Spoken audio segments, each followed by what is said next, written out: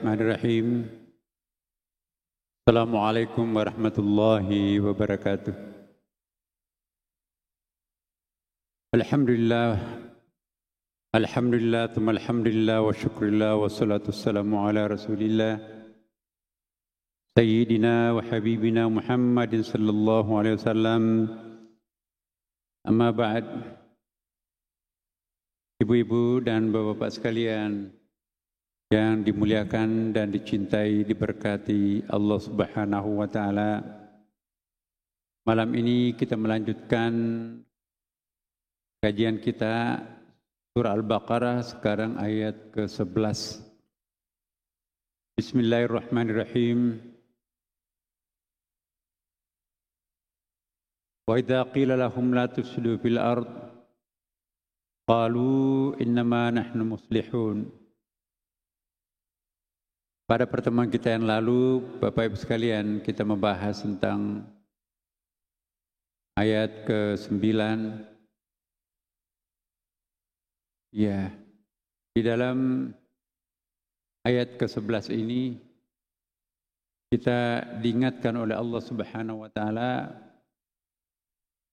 bahwa orang yang hatinya sakit, fi qulubihim maradun, orang yang hatinya something wrong, ada masalah, itu kalau dia tidak segera bertaubat dan tidak segera menyadarkan dirinya, maka akan ditindih oleh iblis, ditindih oleh syaitan, tidak bisa menemukan lagi kebenaran. Dia tidak bisa menemukan kebenaran dari manapun. Kenapa? Karena didikti kebenaran itu oleh bisikan-bisikan iblis yang bersarang di dalam kalbunya. Contohnya di dalam Al-Quran disebutkan, wa idza qila lahum la tufsidu fil ard, apabila dikatakan kepada mereka janganlah kalian membuat kerusakan di muka bumi, ya. Apa kata jawaban mereka? Lalu mereka itu mengatakan, innama nahnu muslihun. Tidak kok, saya memperbaikinya. Sesungguhnya kami adalah orang-orang yang mengadakan perbaikan. Tidak mau kalah. Orang-orang munafik itu, kalau diberikan nasihat lebih pintar daripada yang memberi nasihat. Mengangkat dirinya lebih pintar daripada yang menasihatinya. Tanda-tanda orang munafik itu ialah tidak mau menerima nasihat. Kalau ada orang kebal terhadap nasihat, jangan-jangan di dalam hatinya sudah ada istana iblis, sudah ada kompleks iblis, sudah penuh dengan setan, jin perutnya, sudah penuh dengan setan dan jin iblis di pikirannya, dalam jiwanya. Kenapa? Karena Rasulullah bersabda, apabila seseorang makan tanpa membaca basmalah, jin, setan, iblis akan masuk beserta sari-sari makanan itu ke dalam rongga tubuhnya orang itu. Maka itu kita diminta oleh Rasulullah, seandainya kita lupa membaca basmalah pada waktu kita makan, bacalah bismillahi awwaluhu wa akhiruhu. Jadi inilah yang kita harus perhatikan Bapak Ibu. Jangan sampai nanti persoalan sepele kita membuka pintu iblis masuk ke dalam rongga tubuh kita. Dalam kitab tafsir Ibnu Ajibah, Bahrul Madid, ketika menafsirkan tentang ayat yang memerintahkan kita untuk membaca basmalah pada waktu kita mau makan, ya, maka dia menjelaskan dalam ayat wala ta'kulu mimma lam yuzkar ismallah alaihi fa innahu lafisqun. Janganlah kalian mengkonsumsi sesuatu, ya, sebelum membaca basmalah. mengkonsumsi makanan tanpa membaca Bismillahirrahmanirrahim, itulah nanti yang akan kemasukan iblis jin di dalam tubuhnya. Dan Ibnu Ajibah membagi dua, ada makanan lahiriah, nasi, buah, kue, kopi, teh dan seterusnya, mengenyangkan perut. Tapi ada makanan rohani seperti wirid, zikir, ilmu pengetahuan yang mengenyangkan otak, mengenyangkan pikiran, mengenyangkan jiwa. Baik makanan lahiriah maupun makanan rohani, apabila kita akan mengkonsumsinya, bacalah Bismillahirrahmanirrahim. Selama ini kita ngajarin cucu kita, anak kita, nak baca dulu basmalah sebelum makan ya. Tapi tidak pernah kita mengajarkan nak baca dulu basmalah sebelum membuka bukunya. Membaca buku, mencari ilmu, mengkonsumsi makanan rohani. Nah itu juga perlu. Karena kalau kita tidak membaca basmalah, maka sari-sari makanan rohani itu juga akan dimasuki iblis, setan. Maka makin pintar anak itu makin kurang ajar. Banyak kan anak itu cum laude, tapi makin kurang ajar juga tuh. Gak ada respeknya, tawadunya, penghormatannya kepada orang lain, termasuk kepada orang tuanya. Kenapa? Karena sari-sari makanan rohani, ilmunya itu disusupi iblis dan setan. Kenapa? Karena dia tidak membaca basmalah. Kata Rasulullah, barang siapa yang mengkonsumsi makanan, baik makanan lahiriah maupun rohani, tidak membaca basmalah, maka itu akan ikut masuklah makanan jin iblis itu. Jadi Bapak Ibu, tingkatkanlah wawasannya anak kita, bahwa anak sebelum pergi ke sekolah, sebelum membaca buku, sebelum membaca zikir, sebelum mengaji, baca Bismillahirrahmanirrahim. Usir setan dulu itu. Nah orang-orang munafik itu, kalau dinasihati lebih pintar daripada yang menasihati. Jika dikatakan wa idza qila lahum la tufsidu fil ard, apa yang dimaksud tufsidu? Fasada. Fasada itu merusak. Fil ardi, di muka bumi ini. Membuat kerusakan alam. Ya. Termasuk kerusakan alam itu adalah membuang sampah di sembarang tempat, termasuk menjadikan sungai itu sebagai tong sampah umum, atau menjadikan kali sungai itu sebagai WC umum. Itu berdosa tuh. Ada hadis Nabi Muhammad sallallahu alaihi wasallam, la yubalu fil ma'ir rakid, janganlah membuang kotoran pada air yang tergenang. Ada rawa-rawa di belakang rumah, kita buang sampah di situ. Itu tempat untuk bersamainya bibit-bibit penyakit, sarang nyamuk, dan berbagai macam penyakit. Jadi kita perlu membersihkan, bukan menambahkan kotoran di atasnya. Itulah nanti yang akan menjadi sumber malapetaka kemanusiaan. Wala yubalu fil ma'ir jari, dan jangan membuang sampah, jangan membuang kotoran pada air yang mengalir. Kalau kita membuang air kotoran ya pada air yang mengalir seperti sungai, kali, maka itulah yang dilarang oleh Rasulullah sallallahu alaihi wasallam. Itu termasuk merusak lingkungan. Termasuk juga merusak alam, merusak lingkungan ialah membabat pohon, ya, menebang, mematahkan ranting-ranting pohon tanpa tujuan yang jelas. Termasuk pemanasan global. Ya. Pemanasan global termasuk penggunaan ya, bahan-bahan yang tak terbarukan seperti pencemaran lingkungan, terlalu banyak menggunakan bensin, ya, solar, untuk kendaraan, sehingga knalpotnya mengeluarkan zat-zat yang membahayakan alam, apalagi yang tidak memenuhi persyaratan tertentu. Kan ada sekarang alat-alat yang bisa mengeliminir, menyedikitkan pencemaran itu. Dalam ilmu permobilan itu ada namanya KIR ya. KIR itu nanti tingkat pencemaran udaranya berapa. Nah, kalau kita sembarangan menggunakan kendaraan tanpa pernah mengecek tingkat pencemarannya berapa, maka itu kan juga termasuk merusak alam, merusak lingkungan. Wala tufsidu fil ard. Wa idza qila la tufsidu fil ard, janganlah merusak alam. Ya, seenak-enaknya menebang pohon dengan cara membakar.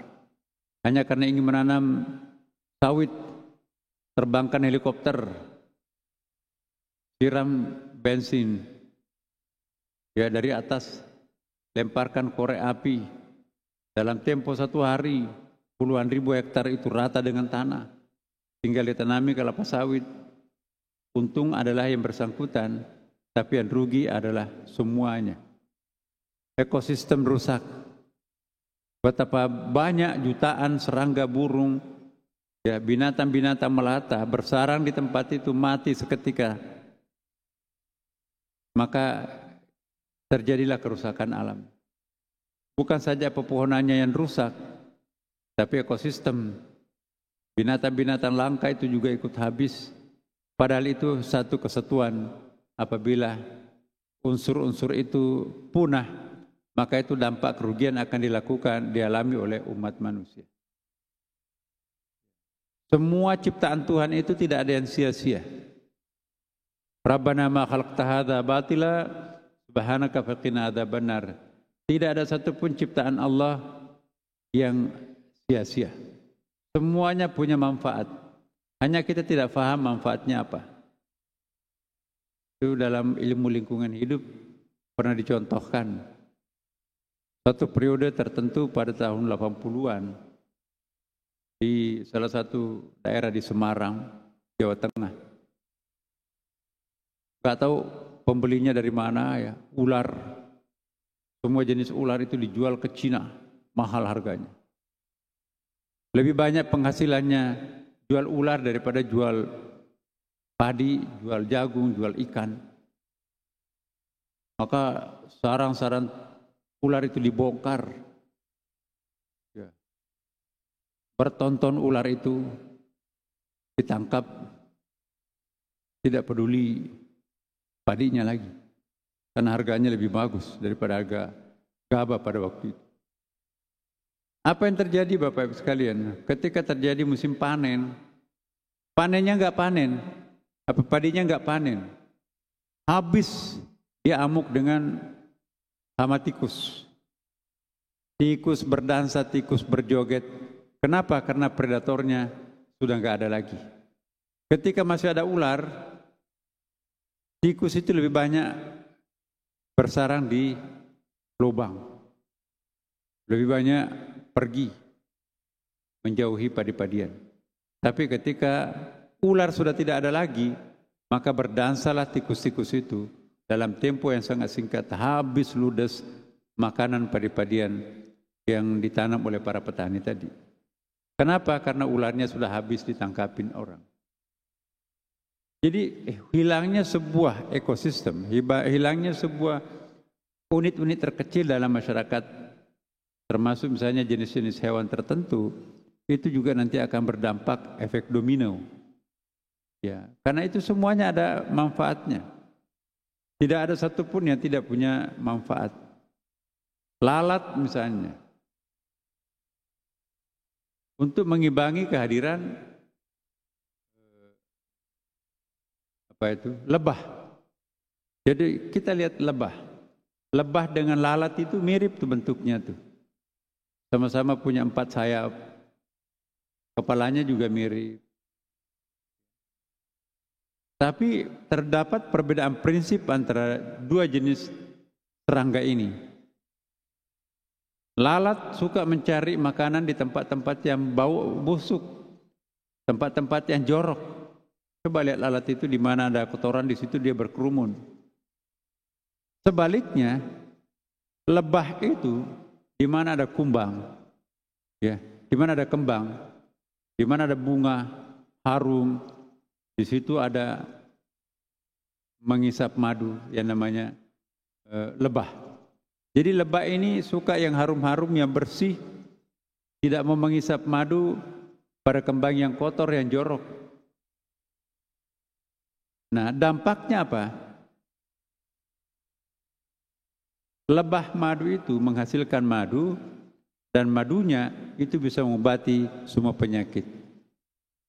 Al-asal da'u kulli da'in dawa. Madu yang dihasilkan oleh lebah itu mengobati seluruh macam penyakit. Itu ada hadis Nabi.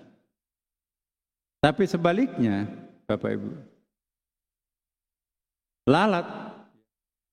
lalat itu mendatangkan penyakit. Penyakit itu kakinya kotor, ya, kemudian mulutnya, moncongnya itu membawa penyakit. Sama-sama serangga nih. Jadi menghabiskan lalat, ya, itu juga ada dampaknya. Maka kotoran-kotoran tidak ada yang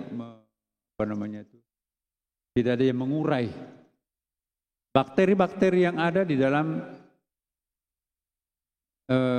alam semesta ini, sukanya yang busuk-busuk itu juga bakteri itu ada manfaatnya tuh. Karena kalau tidak diurai, maka itu nanti tidak terjadi pengeringan, tidak terjadi tidak ada yang mengurai, dan itu sangat berbahaya. Pembusukan itu adalah proses hancuran unsur-unsur kimia yang ada di dalam zat-zat itu. Dan siapa itu? Itu diciptakan Tuhan untuk menyelesaikan persoalan-persoalan kotor itu. Tapi sebaliknya kembang-kembang itu juga tidak bisa terjadi pembuahan tanpa ada tidak ada pembuahan tanpa ada yang menggugurkan sari-sarinya itu, putik-putiknya itu. Nah, itu yang membuang, yang menjatuhkan itu adalah angin atau peranan burung-burung kecil atau peranan lebah. Nah, dengan gugurnya sari-sari itu maka dia nanti akan terjadi pembuahan. Nah, jadi memang manfaatnya Masya Allah. Tidak ada ciptaan Tuhan yang tidak punya manfaat. Jadi sejelek apapun iblis itu juga punya manfaat, Bapak Ibu. Jangan sibuk menyalahkan dan membenci iblis. Tanpa iblis tidak ada neraka, dan tentu tanpa neraka tidak ada surga. Bisa nggak ada siang tanpa ada malam? Nggak mungkin kan? Bisa nggak ada malam tanpa ada siang? Tidak mungkin. Bisa nggak ada surga tanpa neraka? Nggak mungkin. Bisa ada neraka tanpa surga juga tidak mungkin. Jadi kehadiran sesuatu itu karena adanya kebalikannya, Bapak Ibu. Kalau surga itu di rahim ibu surga, di dunia ini surga, di alam barzah juga surga, hari akhirat nanti kala itu surga. Enggak ada pembandingnya neraka, semuanya serba surga. Pertanyaan kita, nikmat enggak surga itu? Ya belum tentu nikmat karena enggak ada pembandingnya kan. Dengan hadirnya neraka, coba tengok tuh neraka itu, ngeri. Maka terasa nikmat surga itu. Atau dibalik, seandainya neraka melulu, tidak ada surga. Rahim ibu api, di bumi ini api, kuburan itu api, akhirat itu api. Enggak ada kebalikannya. Tersiksa enggak manusia? Belum tentu. Karena itu kan sudah habit kita kan. Jadi coba kita pikir-pikirkan Bapak Ibu sekalian. Kullu syai'in khalaqna zawjaini, segala sesuatu itu diciptakan Allah itu berpasang-pasangan. Bukan berhadap-hadapan tapi berpasang-pasangan. Laki-laki lawannya perempuan, itu bukan berhadap-hadapan tapi berpasang-pasangan. Siang dan malam itu bukan berhadap-hadapan tapi berpasang-pasangan. Panas dan dingin itu bukan berhadapan, berlawanan, tapi sesungguhnya berpasang-pasangan. Tidak mungkin ada dingin tanpa adanya panas. Tidak mungkin ada panas tanpa adanya dingin. Tidak mungkin ada siang tanpa ada malam. Pasti ada gelap manakala kita bicara tentang terang. Di mana ada terang, di situ juga ada antitesannya yang disebut dengan gelap. Jadi di kulli syai'in khalaqna zawjaini. Semuanya diciptakan Allah berpasang-pasangan. Ada malaikat, ada iblis. Ada Fir'aun, ada Nabi Musa, iya kan? Ada preman, ada jamaah Istiqlal. Jadi semua ada. Nah sekarang berhadapan dengan itu seperti apa? Ya kita harus terima apa adanya dengan cara memberikan nasihat. Kita jinakkan mereka. Tentu juga mereka akan berusaha untuk merangkul kita juga. Nah daya tariknya ini tergantung kita. Fa'alhamaha fujuraha wa taqwaha. Mau menjadi fujur, rusak atau menjadi orang bertakwa. Jadi drivernya, kendalinya adalah kita. Driving kita yang mendrive, kita yang menentukan kita akan mau jadi apa. Apakah mau belok kanan dapat surga, mau belok kiri dapat neraka. Kalau orang nggak punya pengetahuan, salah alamat tuh. Karena jalan menuju neraka itu berkelok dan kadang gelap. Kalau menuju surga. Tapi menuju ke neraka itu terang benderang, gemerlapan. Tapi ujungnya, endingnya adalah neraka. Ad-dunya sijnul mu'minin wa jannatul kafirin. Ya, dunia ini adalah penjaranya bagi orang mukmin, surganya bagi orang surga. Apa maksudnya Bapak Ibu? Hadis Nabi ini sahih. Ad-dunya sijnul mu'minin, dunia ini adalah penjara bagi orang mukmin. Orang mukmin itu sering diejek, kok kenapa yang enak-enak dilarang? Dan kenapa yang berat-berat diwajibkan? Yang berat-berat itu puasa, wajib tuh. Kata mereka yang enak-enak zina itu haram tuh. Kenapa yang enak dilarang, kenapa yang susah diwajibkan? Bagi orang beriman. Itulah yang disebut bahwa dunia sijnul mu'minin. Dunia ini adalah penjara bagi orang beriman. Tidak boleh ini dan wajib itu. Kenapa yang tidak boleh itu enak dan kenapa yang wajib itu berat? Penjara kan. Tapi bagi orang kafir, ya, yang enak itu boleh, yang enggak enak itu jangan dilakukan. Puasa jangan, zina lakukan. Jadi surga buat mereka, tapi surganya jangka pendek. Itulah arti hadis itu. Sebaik apapun Pondok Indah dengan segala isinya itu masih seperti neraka dibandingkan dengan surga. Sejelek apapun, sekumuh apapun sebuah perumahan, ya, tetapi itu surga dibandingkan dengan siksaan api neraka. Inilah maksud ad-dunya sijnul mu'minin wa jannatul kafirin. Nah orang-orang munafik itu kalau dinasehati enggak masuk akal. Sudah terpatok kebenaran itu di dalam dirinya sendiri sehingga semua yang berbeda dirinya itu adalah salah. Profesor manapun, kiai manapun menasehati itu sudah enggak ada jalan. Fi qulubihim maradun, hatinya sudah rusak. Kenapa? Karena ketika masih dalam fi qulubihim maradun, hatinya sudah sakit, tidak diobati, akhirnya sampai kepada khatamallahu ala qulubihim, terkunci mati pintu hatinya. Jadi tahapan untuk sampai kepada khatamallahu ala qulubihim harus melewati satu fase yang disebut dengan fi qulubihim maradun. Kalau dalam keadaan normal seperti kita, mari kita lakukan. Malam Jumatan seperti ini, nanti malam kita akan iktikaf di sini kan Bapak Ibu. Jam 1 malam kita bangun lagi di sini, sholat sunat tasbih, sholat sunat hajat, tahajud, kemudian witir, mau muhasabah sampai subuh malam Jumatan. Itu yang kita lakukan. Karena itu berakit-rakit dahulu, bersenang-senang kemudian. Malam Jumat ini adalah malam ibadah buat kita semua umat Islam. Jadi mari Bapak Ibu mengoreksi, mengintrospeksi diri kita. Kapan kita tidak bisa menerima kebenaran, jangan kita sudah termasuk orang yang hatinya sakit. Kalau kita tidak sadar, maka lama-kelamaan khatamallahu ala qulubihim, terkunci mati pintu hati kita, sudah enggak ada lagi obatnya. Wa idza qila lahum la tufsidu fil ardi, jangan merusak di muka bumi ini, lebih pintar pakai alasan. Ya, apa kata Tuhan? Qalu innama nahnu muslihun. Apa kata mereka? Kami bukan bermaksud untuk baik buruk. Saya malah melakukan kebaikan alam ini. Produktivitasnya sawit ini lebih nyata daripada hutang belantara, enggak ada hasilnya. Memang enggak ada hasilnya secara uang, tetapi menghasilkan paru-paru dunia. Apa itu paru-paru dunia, Bapak Ibu sekalian? Ada banyak zat hijau, hijau daun hijau atau hijau pohon.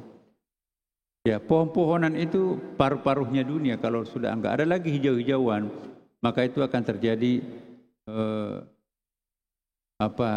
terjadilah malapetaka kita sebetulnya. Untung ada Indonesia yang mensuplai paru-paru dunia, kesegaran dunia. Tapi kalau nanti Indonesia ini sudah gundul juga, maka sudah tidak ada lagi yang mampu menciptakan oksigen yang sehat. Jadi Bapak Ibu sekalian, mari kita merawat alam ini supaya kita berhenti dicap sebagai orang munafik. Orang munafik itu kerjaannya merusak alam. Dinasehati jangan merusak alam, lebih pintar jawabannya. Ini tanaman produktif kok, bukan tanaman konsumtif. Kalau dinasehati, innama nahnu muslihun, sesungguhnya kami adalah justru benar. Jadi dia putar balikkan keadaan, putar balikkan kenyataan. Yang baik menjadi buruk dan yang buruk menjadi baik. Itu pekerjaannya orang munafik. Apa yang dianggap orang baik oleh orang banyak, dianggap buruk oleh mereka. Apa yang sesungguhnya buruk oleh orang banyak, bagi mereka dia pertahankan bahwa itu sebuah kebaikan. Dan itulah kerjaannya orang munafik, memutar balikkan kenyataan. Yang baik menjadi buruk dan yang buruk menjadi baik.